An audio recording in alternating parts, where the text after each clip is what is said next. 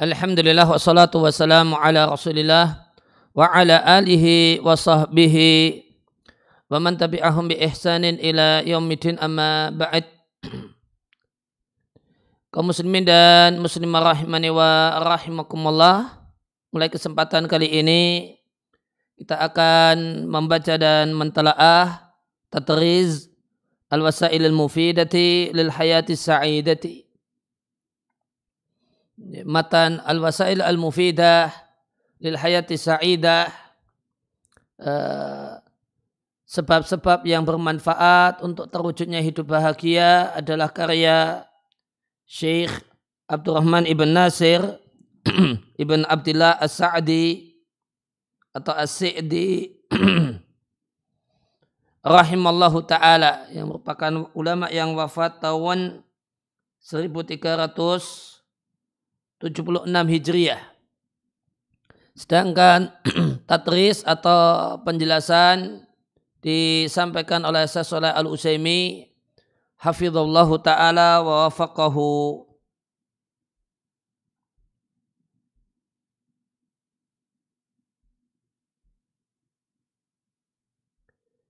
Kita mulai dari di halaman ini.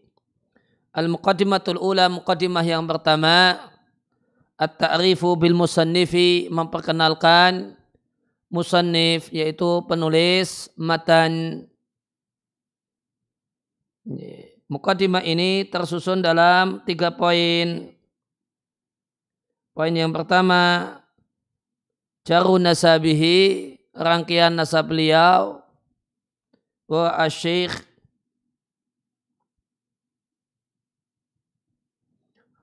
Syekh Al-Alama Abdurrahman ibn Nasir ibn Abdillah as-Sa'di. Kata Syekh Shalih Al-Utsaimin bikasis sini, sinnya di kasrah, al-musyaddadah, dan bertasdid. Alasannya, kama huwa masmu'un min talamidatihi wa ahli baitihi, sebagaimana yang didengar dari murid-muridnya dan keluarganya.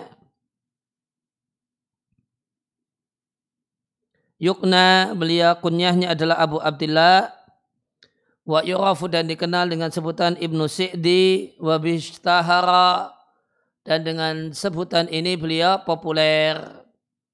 Poin yang kedua, secara kelahirannya, beliau lahir tanggal 12 Muharram, yang merupakan bulan haram, tahun 1307 Hijriah. Poin yang ketiga, tanggal wafatnya, beliau rahimallahu ta'ala wafat sebelum terbit fajar, hari Kamis, tanggal 23 Jumadil Akhirah, tahun 1376 Hijriah, dalam usia 69 tahun, rahimallahu rahmatan wasi'ah. Kemudian muqaddimah yang kedua adalah at-ta'rifu bil musannafi, memperkenalkan musannaf, karya, dalam hal ini matan wasail mufidah.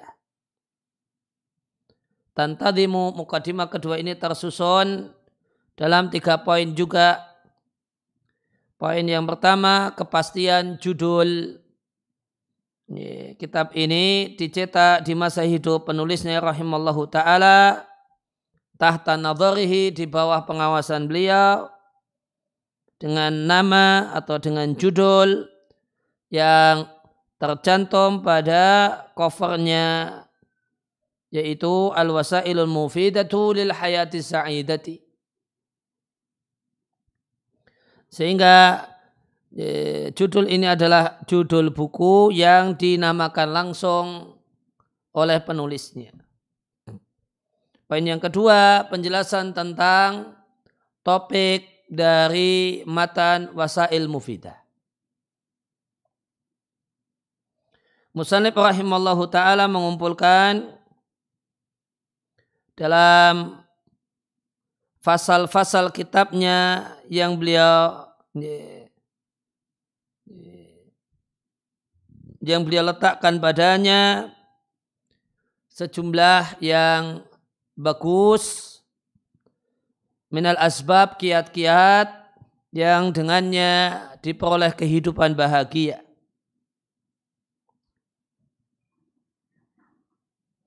Fatarji'u alal abdi, itu kiat-kiat yang mengembalikan seorang hamba dalam kondisi mendapatkan ketenangan hati, kelapangan dada, dan kenyamanan jiwa. Poin yang ketiga, penjelasan tentang metode yang beliau pakai dalam penulisan matan wasail al-mufidah lil hayati sa'idah. Musannif rahimallahu ta'ala membuka matannya dengan muqaddimah yang menunjukkan tentang maksudnya. Kemudian beliau bawakan ma'addahu, apa yang beliau sebutkan satu persatu berupa kiat-kiat bahagia di sejumlah pasal yang berturut-turut.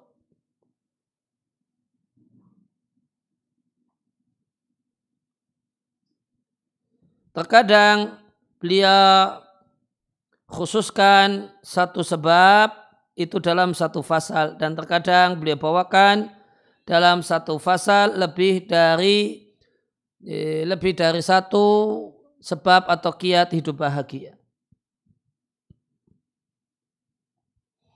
Dan beliau rahimallahu ta'ala menulis kitabnya ini Al-Wasail Mufidah setelah membaca kitab yang diterjemahkan dalam yang aslinya bukan berbahasa Arab, kemudian diterjemahkan dalam bahasa Arab, yang edisi terjemahnya berjudul Da'il Qalaqa Wabda'il Hayata, tinggalkan kecemasan dan mulailah kehidupan baru.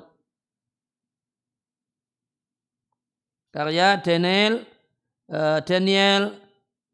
Carnegie, sebagaimana aku dengar dari muridnya Syekhina Abdullah ibn Aqil.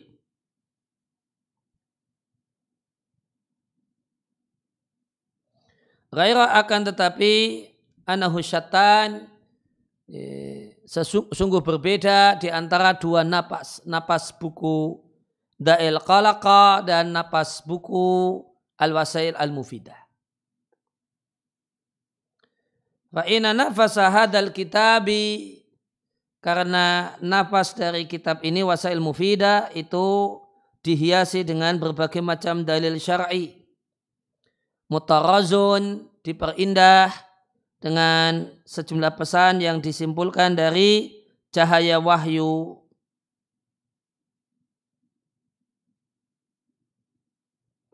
Maka wafihi, maka dalam buku Wasail Mufidah ini abrazu numnyuzatin, contoh yang paling menonjol perbedaan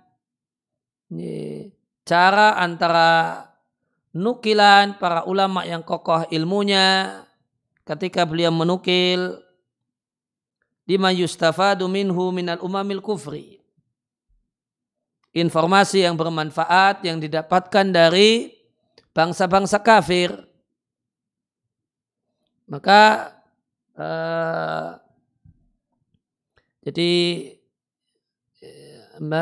mengambil faedah di sini kita jumpai cara ulama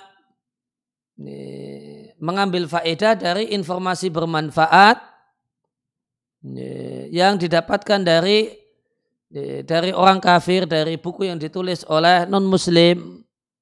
Maka beliau ambil, bisa kita lihat, beliau ambil pesan pokoknya. Kemudian setelah itu beliau merenung, ternyata pesan pokok ini sebenarnya ya sudah Nabi ajarkan. Kemudian maka pesan pokok tadi jadi inspirasi. Pesan-pesan pokok, poin-poin penting itu jadi inspirasi. Sedangkan penjelasannya beliau jelaskan dengan, karena realitanya hal-hal tersebut itu sudah ada di Al-Quran, sudah ada di hadis Nabi, sudah ada dalam jejak orang-orang saleh terdahulu dari umat ini. Maka penjelasannya ngambil dari itu semua. Nah, demikian cara ulama yang kokoh ilmunya dalam mengambil manfaat info-info penting bermanfaat dari tulisan penulis non-muslim. Ini berbeda dengan cara kutipan al-mutsaqqafin, para cendekiawan dan para pemikir, mufakirin, cendekiawan, mutsaqqaf, kurang lebih juga cendekiawan. Mutsaqqaf itu adalah orang yang tahu banyak hal, berbagai bidang ilmu, berbagai hal, namun sedikit-sedikit dia tidak pakar di satu bidang ilmu tertentu. Nah, namun faham, ngerti, nyambung, namun tidak mendalam berbagai macam bidang keilmuan. Itu namanya mutsaqqaf.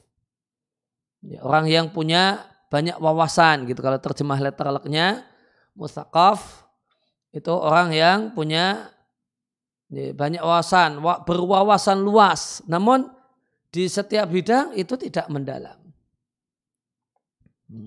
Dia bisa ngomong berbicara di bidang politik, ekonomi, budaya, sosial, agama, namun semuanya serba tidak mendalam.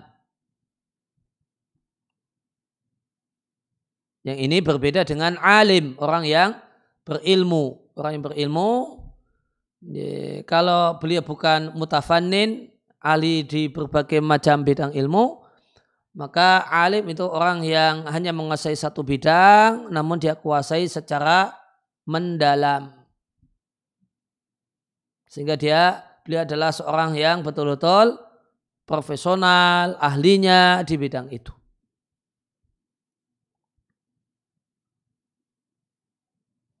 Fa'inaka maka Anda la talhadhu tidaklah melihat di buku Syekh ini, yaitu Wasail Mufidah, ayasa ibatin, noda apapun dari balayahum, bencana dan kejelekan yang ada pada pemikiran non-muslim. Ya, maka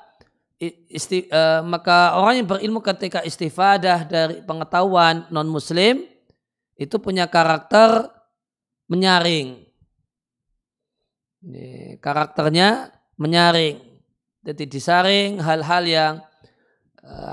yang tidak tepat, hal-hal yang tidak sejalan dengan syariat, itu ditinggalkan. Jadi berarti ada dua, bisa kita lihat ada dua perbedaan, atau di sini ada dua panduan tentang bagaimanakah cara memanfaatkan info berharga yang didapatkan dari non-muslim. Ya, ada dua rambu. Yang pertama tadi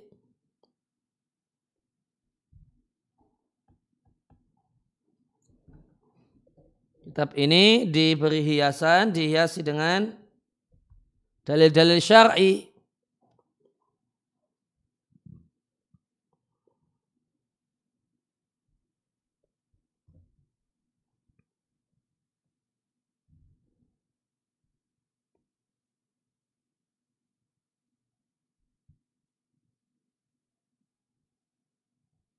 Nah, ini yang pertama. Kemudian yang kedua, ini ada filterisasi.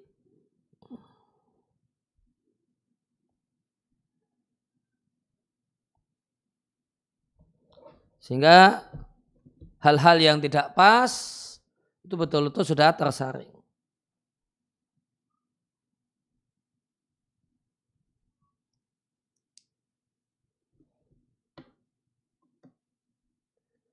Wa fi hadhil imaati, maka dalam uraian sekilas ini terdapat tanbihun, isyarat ilal hadari, agar seorang muslim itu waspada minal kutubil mutarjamati, buku-buku terjemahan yang berkenaan dengan masalah siasati nafsi, memanage jiwa, kiat hidup bahagia, kiat hidup sukses gitu, karakter orang yang sukses. Demikian juga di bab tanzimul amal, gimana manajemen kerja, gimana profesional termanage dengan baik satu proyek, satu pekerjaan. Kemudian yang ketiga, idaratul waqti, tentang masalah manajemen waktu.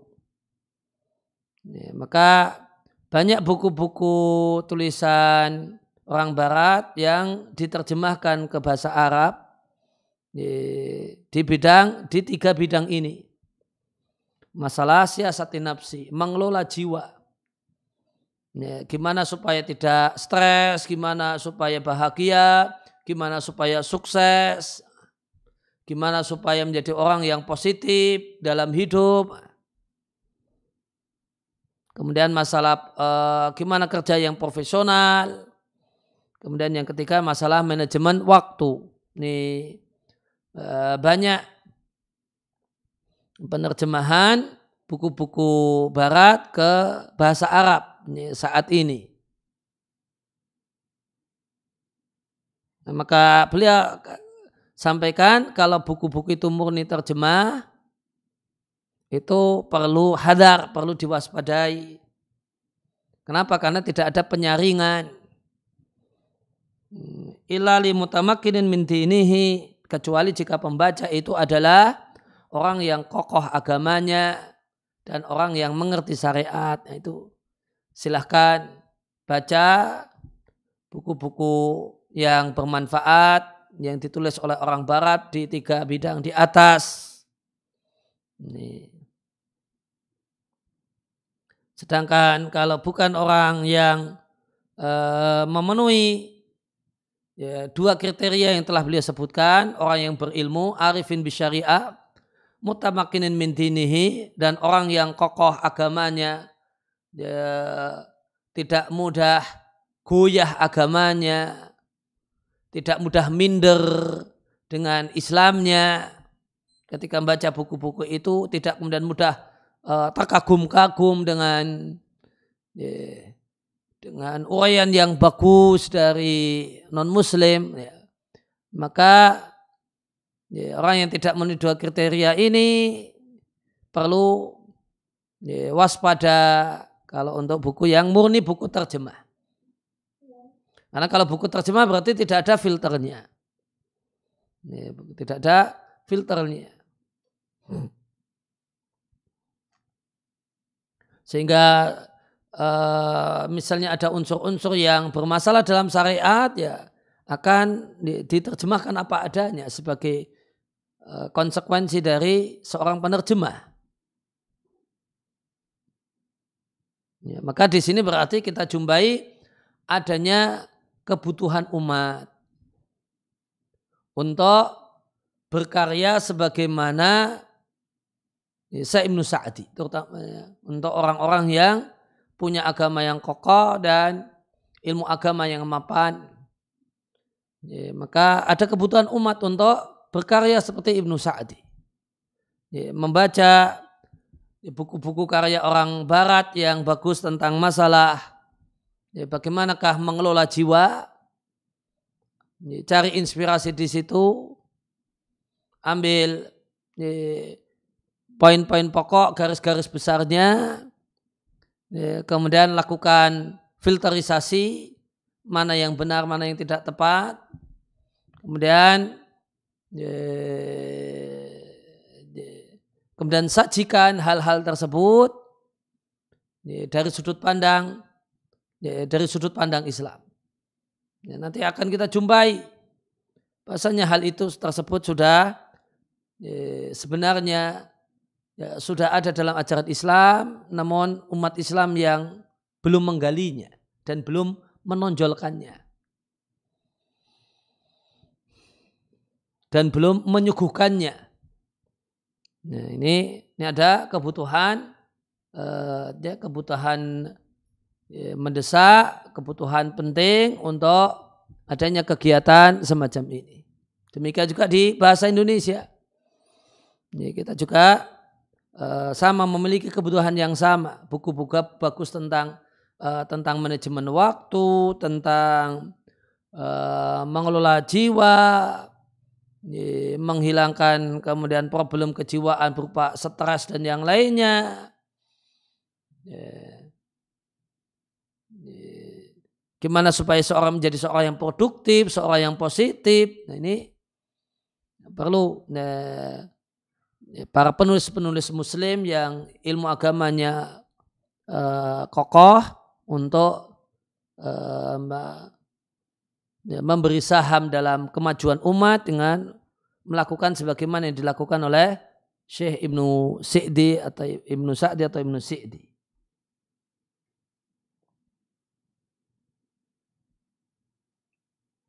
Fa inna ba'dhan nasi, karena sebagian orang min haula dari mereka mengambil obat tanpa lihat-lihat. Sebagaimana dilakukan oleh seseorang, beliau sebutkan namanya, ketika menulis buku tentang tarbiyatiz zat, tentang pengembangan diri. Lantas maka penulis ini berjalan di bukunya sebagaimana jalannya bangsa atau orang-orang kafir.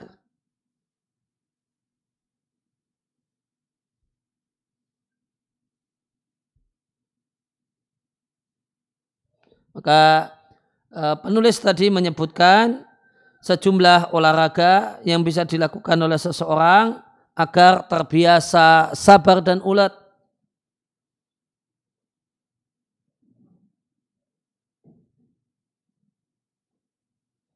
Fadzakara min dzalika, maka dia sebutkan di antara hal tersebut adalah seorang itu bersengaja mengambil satu wadah thiqab,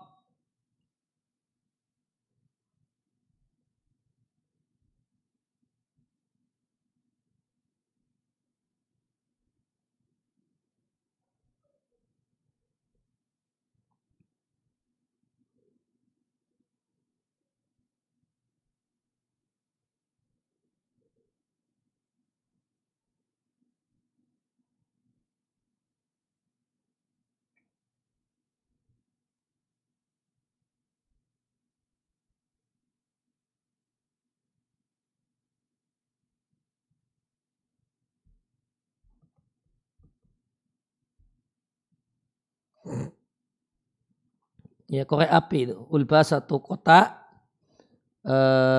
korek api. Suma yang suruha, kemudian di situ kan ada kayu kecil untuk korek api ya. Thiqab itu udun dakikun. Thiqab itu kayu kecil, di salah satu ujungnya ada materi untuk yang bisa digesek nanti akan bisa jadi api. Ya, satu wadah berisi korek api. Kemudian yang suruha, thiqabnya tadi, kayu-kayu kecil korek api itu kemudian disebar. Setelah itu ditata, kayu-kayu tadi ditata marotan ukhra di kali yang berikutnya. Ya, maka bikin pekerjaan supaya teliti, ya, supaya teliti, latihan supaya teliti. Nah ini satu korek api dibuyarkan, kemudian ditata dirapiin, nanti dibuyarkan, ditata dirapiin. Nah, itu latihan supaya tekun gitu, latihan supaya sabar. Ya, maka komentar saya Shalih Al-Utsaimin tentang penulis ini, roba an hadal miskin. Miskin di sini artinya orang yang patut dikasihani. Orang yang patut dikasihani ini tidak tahu bahasanya dalam syariat kita ada sesuatu yang lebih baik dari hal itu. Di antaranya adalah ya, seorang itu menahan dirinya untuk bertasbih, ya, mensucikan Allah Azza wa Jalla 100 kali. Maka kegiatan ini menyabarkan diri untuk berzikir itu jauh lebih baik daripada kayak orang kurang kerjaan, ya. Membubarkan, membuyarkan akwat, ya, pentol korek, ya, kemudian dikumpulkan.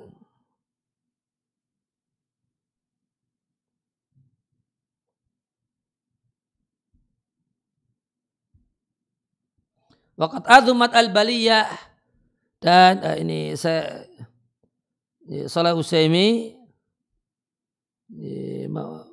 membicarakan negerinya, kondisi negerinya Arab Saudi.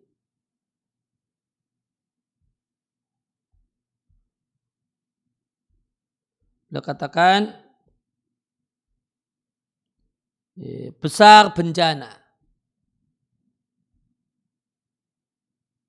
Permasalahannya sudah gawat. Besar bencana wastadda al-khatabu, gawat permasalahan gara-gara buku-buku ini, buku-buku terjemahan dari barat tentang hal-hal di atas. Dan masuklah ilmu-ilmu yang rusak, yang itu bagian dari ilmu-ilmu kesyirikan dan keberhalaan, paganisme. Semacam apa ini? Barmajah al-asobiyah. Pemrograman saraf.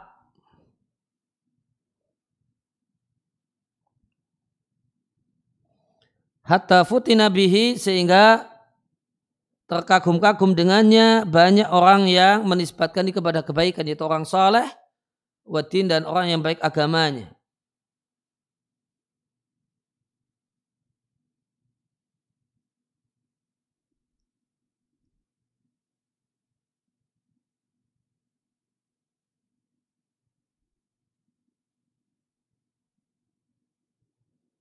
Ada barmajah asobiyah.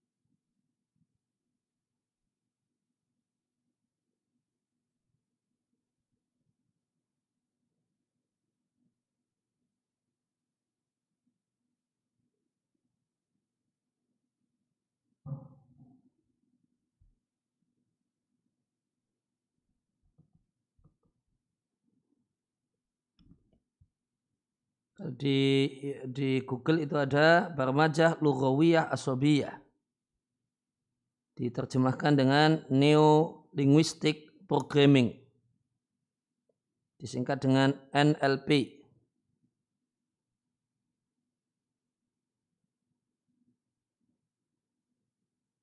Definisinya adalah kumpulan sejumlah program dan metode yang ini berdasarkan mabadi hissiyah, dasar-dasar indrawi dan kebahasaan serta penangkapan, tujuannya untuk tatwir suluk al-insani, meningkatkan perilaku seseorang supaya tamayus, supaya bisa istimewa, supaya bisa inovatif, watatawur dan berkembang dan membantu person-person untuk mewujudkan kesuksesan dan berkarya yang lebih baik dalam hidupnya.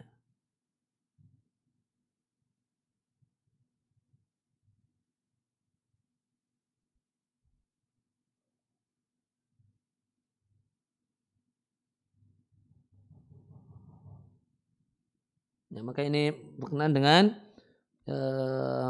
untuk supaya bisa punya pribadi yang sukses.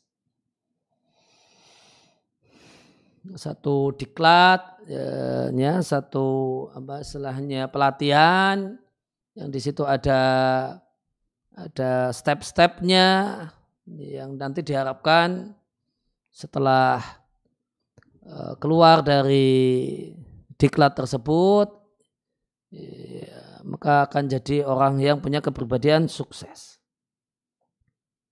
Waqad sanafat ihda al-arifat, maka ada seorang penulis perempuan yang tahu masalah ini menulis buku. Kitaban, dia tulis satu buku, dia beri judul Kemusyrikan Baru atau Jahiliyah Jadidah. Dia mungkin Syekh Shalih Utsaimin agak ragu, aunya di sini keraguan. Kalau enggak judulnya Syirkul Jadid Al-Jahiliyah Al-Jadidah. Beliau jelaskan dalam buku ini kerusakan dari perkara ini tadi, bermajah asobiyah. Wa qiyamahu ala katsir min qawaidis syirki. Dan bahasanya program ini asasnya adalah banyak dari kaidah-kaidah kesyirikan.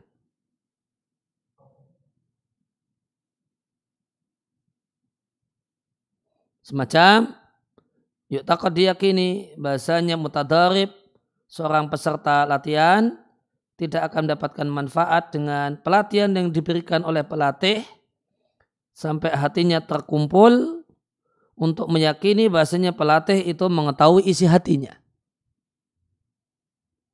dan mampu untuk mengarahkan kehendaknya dan keyakinan-keyakinan batil yang lainnya.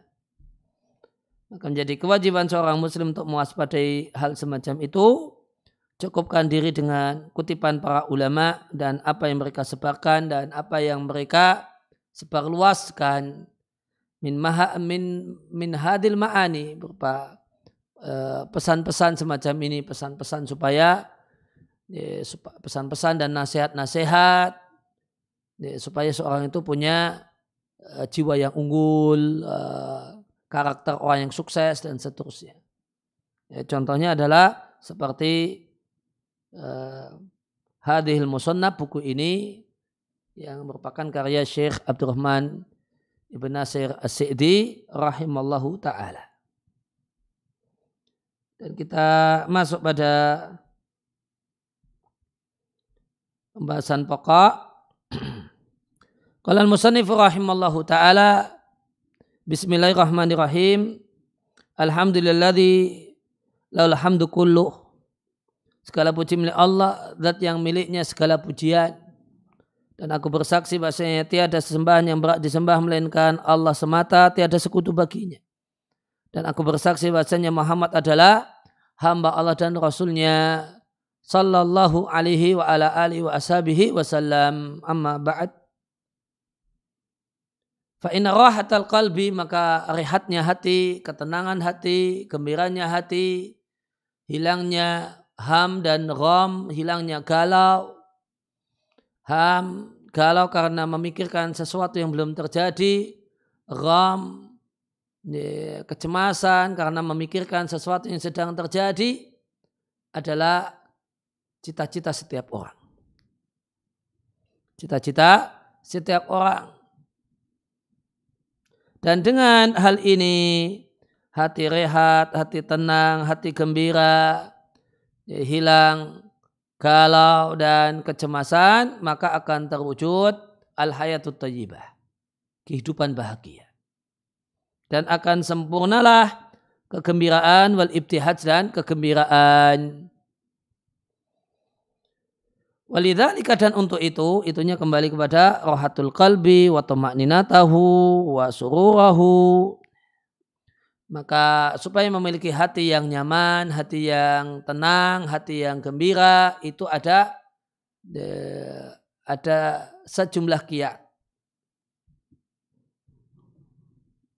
Nah, ada yang asbab diniyah. Kiat dari agama. Yang kedua, asbab tabi'iyah. Hal yang bersifat alami, tabi'i atau alami. Yang ketiga, asbab amaliyah. Ini ada kegiatan tertentu yang dilakukan untuk supaya hati itu happy, hati itu fresh. Gitu. Nah, ada 3 jenis kiat. Dan tidak mungkin 3 jenis kiat ini terkumpul kecuali pada diri orang-orang yang beriman. Adapun orang yang lainnya yang tidak beriman, fa'innaha, maka kiat-kiat tadi meskipun bisa didapatkan oleh mereka dari satu sisi atau satu sebab, yang ini adalah yang orang-orang yang tidak beriman yang berakal itu bersusah payah untuk bisa mendapatkannya. Namun mereka kehilangan min wujuhin, kiat-kiat yang lain yang lebih manfaat untuk terwujudnya hati bahagia, yang lebih kokoh, menyebabkan lebih awet kebahagiaan hati di dalam kebahagiaan hati, wa ahsan, dan yang lebih bagus, halan, kondisi sekarang, wa ma'alan, dan di masa depan. Ya, maka beliau sampaikan kiat hidup bahagia itu ada 3 jenis kiat. Kiat kenabian, kiat dari ajaran Nabi, kiat dari dalam bentuk hal-hal yang bersifat alami, kemudian ada yang ketiga aktivitas-aktivitas non ibadah tertentu. Yang bisa mengumpulkan 3 hal ini karena yang punya kalau asbab tabi'iyah dan amaliyah semua orang bisa melakukannya. Namun asbab diniyah hanya dimiliki oleh orang yang beriman. Sehingga yang bisa mengumpulkan 3 kiat ini hanyalah orang yang beriman saja. Sedangkan yang lainnya, dan beliau katakan bahasa sebab diniyah untuk terwujudnya bahagia itu anfa, lebih manfaat, asbat, lebih kokoh dan awet, ahsan, lebih bagus sekarang dan lebih bagus untuk kemudian kondisi sekarang dan ke depan dan di masa depan.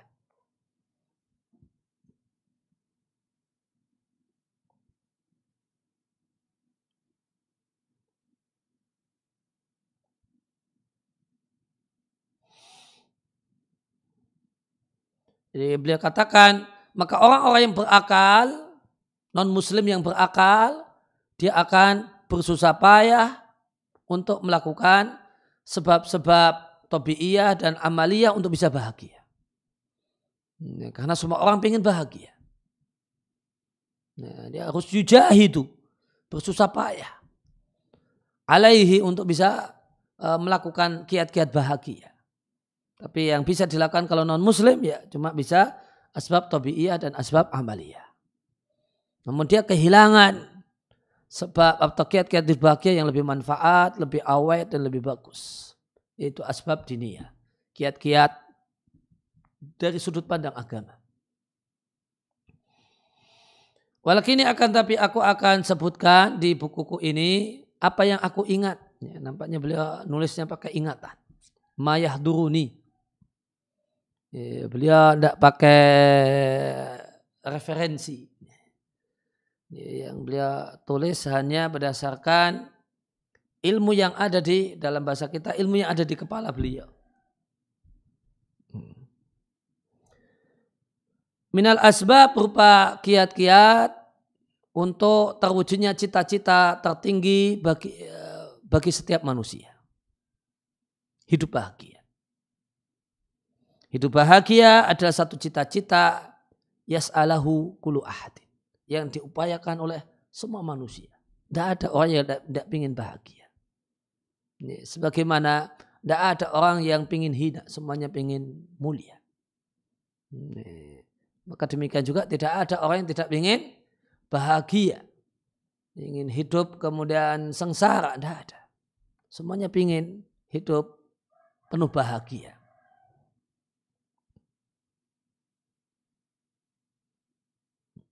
Sebagaimana juga tidak ada orang yang tidak ingin hidup, tidak ada orang yang tidak ingin hidup terhormat, dihormati orang. Nah, semua orang menginginkannya, dihargai dan dihormati.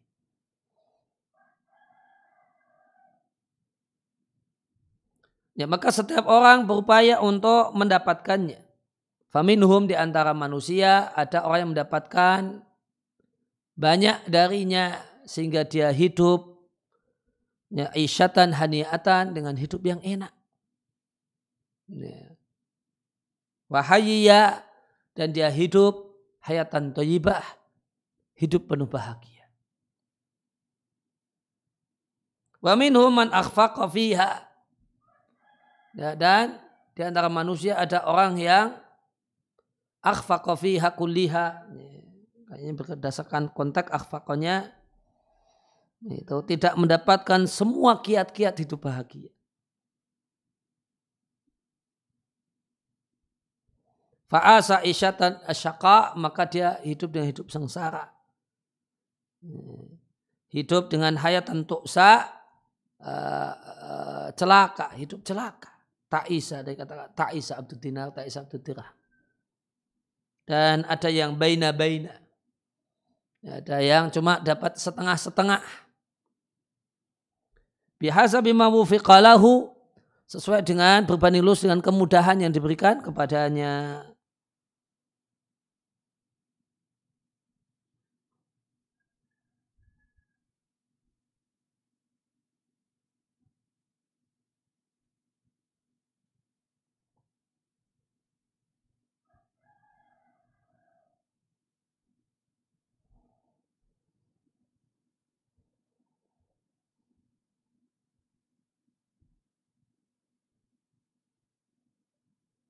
Akhfaqa, gagal. Ya. Maknanya gagal. Atau akhfaqa fi isobati hadaf. Akhfaqa kalau untuk masalah mendapatkan target, akhto'a, meleset.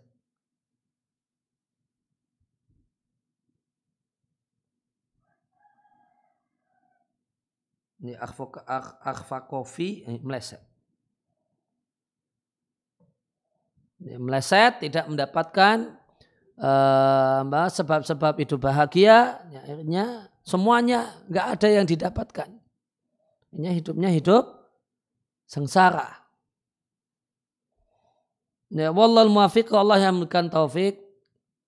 Al-musta'anu bihi, tempat untuk minta tolong, ala kulli khairin, untuk terwujudnya segala kebaikan dan segala nikmat dan tercegahnya segala kejelekan. Qala syarih wafaqahullah, ini penjelasan Syekh Ibnu Sa'di. Musannif penulis rahimallahu taala menyebutkan di sini bahasanya cita-cita semua makhluk, cita-cita semua manusia, mukmin dan kafir, baik orang bertakwa ataupun penggemar dosa, itu semua cita-citanya sama. Dia mencari hal yang itu bisa mewujudkan kenyamanan hatinya dan kegembiraan hatinya. Hilang kegalauannya dan kecemasannya. Fa inna hadzal matlab, maka cita-cita dan harapan ini adalah cita-cita bersama, dimiliki oleh al-umamu jami'an. Semua umat, semua manusia.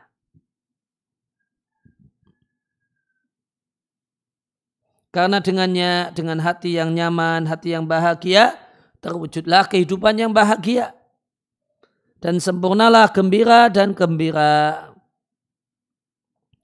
Kemudian penulis rahimallahu ta'ala nabah mengingatkan bahasanya terwujudnya cita-cita ini itu dengan beragam kiat. Terkadang dengan kiat-kiat ya, dan faktor-faktor agama dan faktor-faktor alami dan faktor-faktor ya, yang diusahakan dan diupayakan.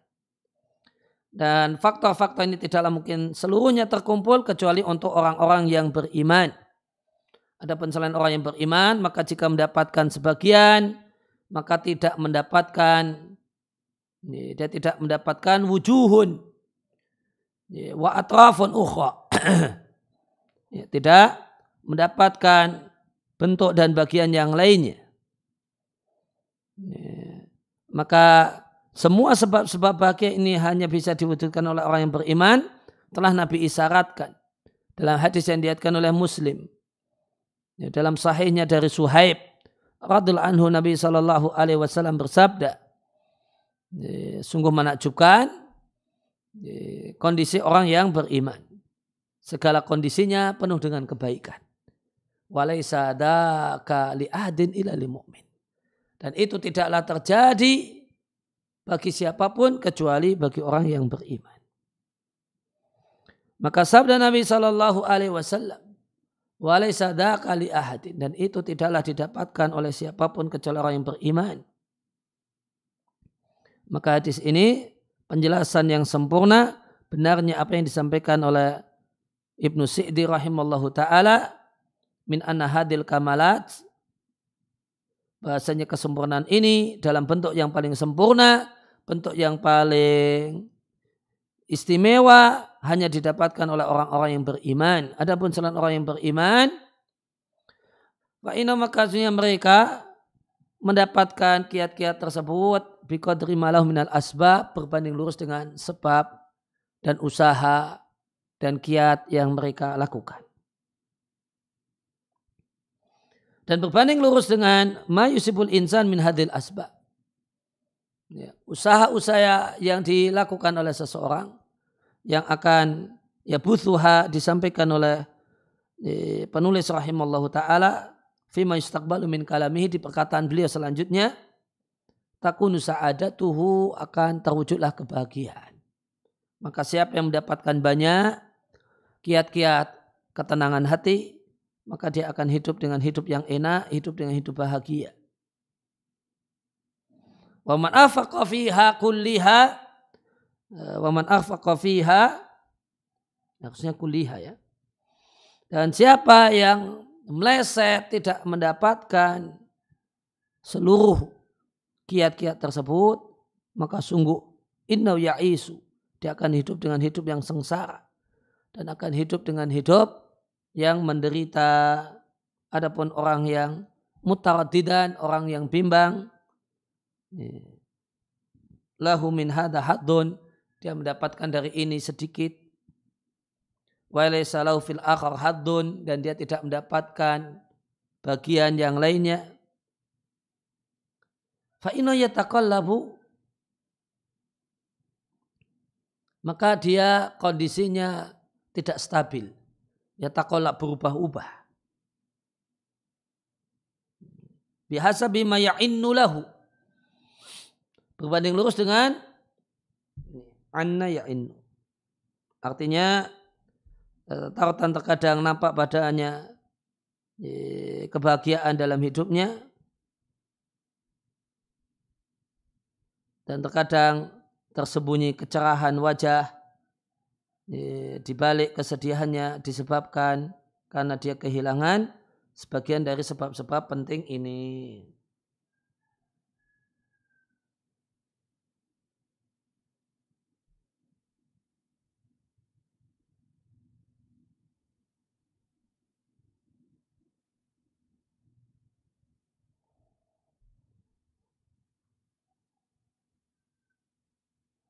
Anna itu maknanya bada dhuhara arada. Berubah tergantung apa yang nampak baginya. Muhayya itu wajah kalau tidak salah.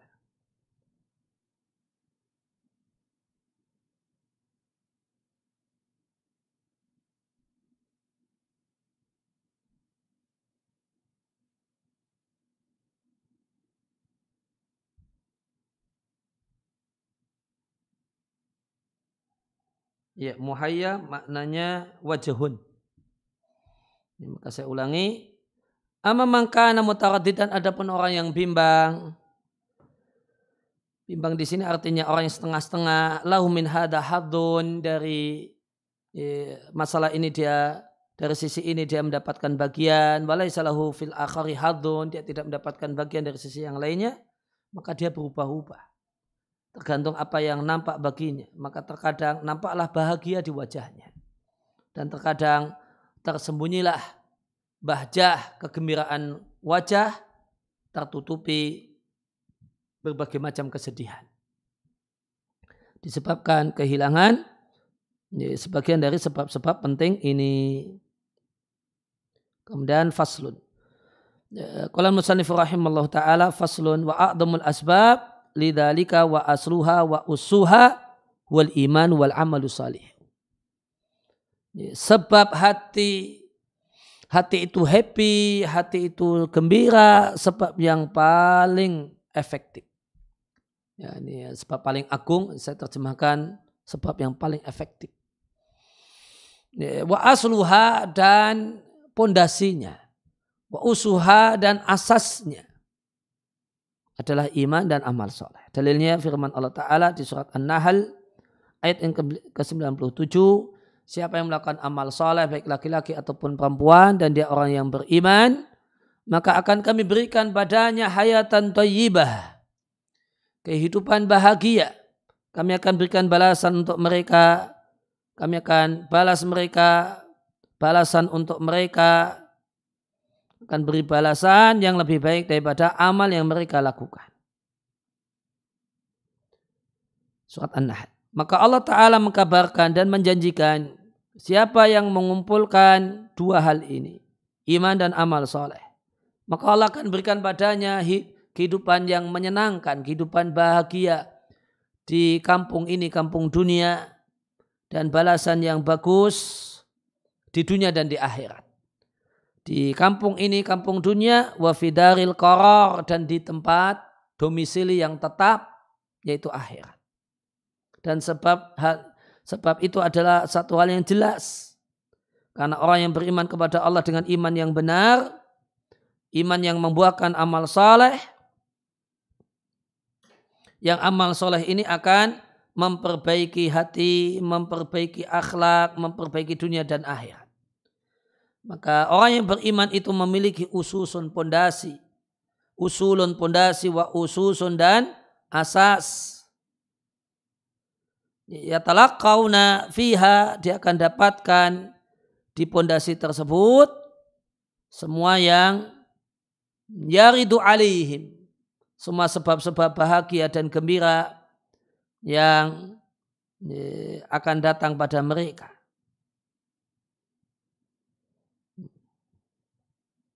Dan sebab-sebab kecemasan, ham dan ahzan. Ham itu kecemasan atau kegalauan berkenaan dengan sesuatu yang belum terjadi. Ahzan, kesedihan karena sesuatu yang telah terjadi. Orang beriman punya pondasi. Di pondasi itu bertemu sebab gembira dan sebab galau.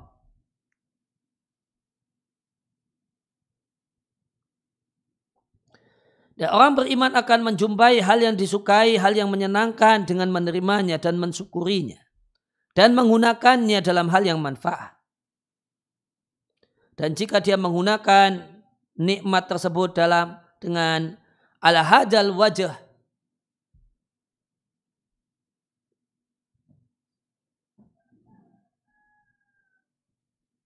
diganti.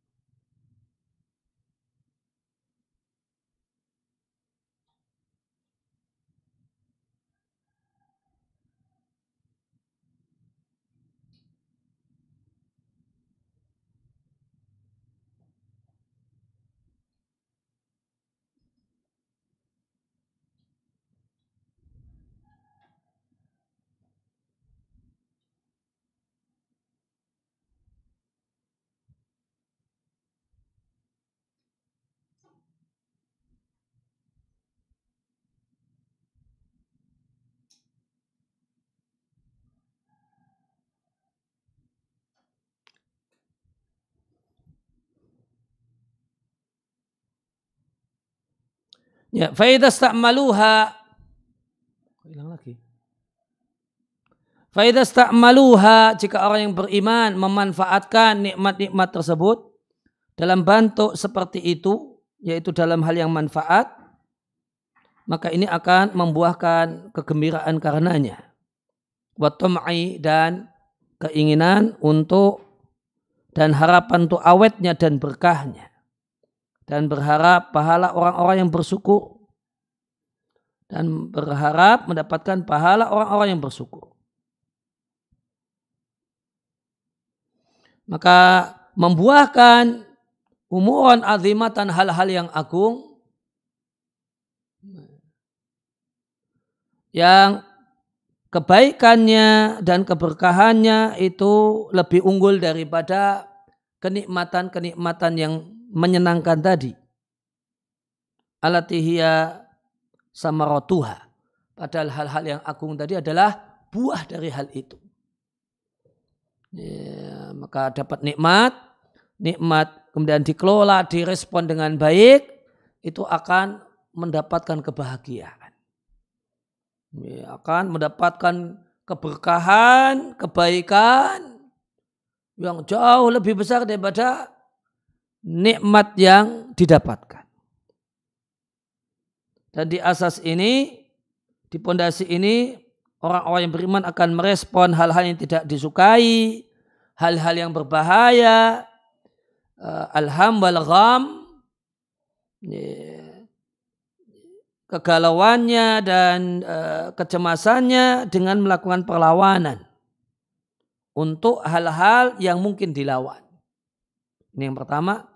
Atau meminimalisir hal yang mungkin diminimalisir. Yang ketiga, atau bersabar yang indah, lima laisa lahum minhu buddun, untuk musibah, untuk derita yang tidak boleh tidak harus diterima. Ya, maka hal yang tidak disukai, hal yang tidak nyaman itu ada 3 macam.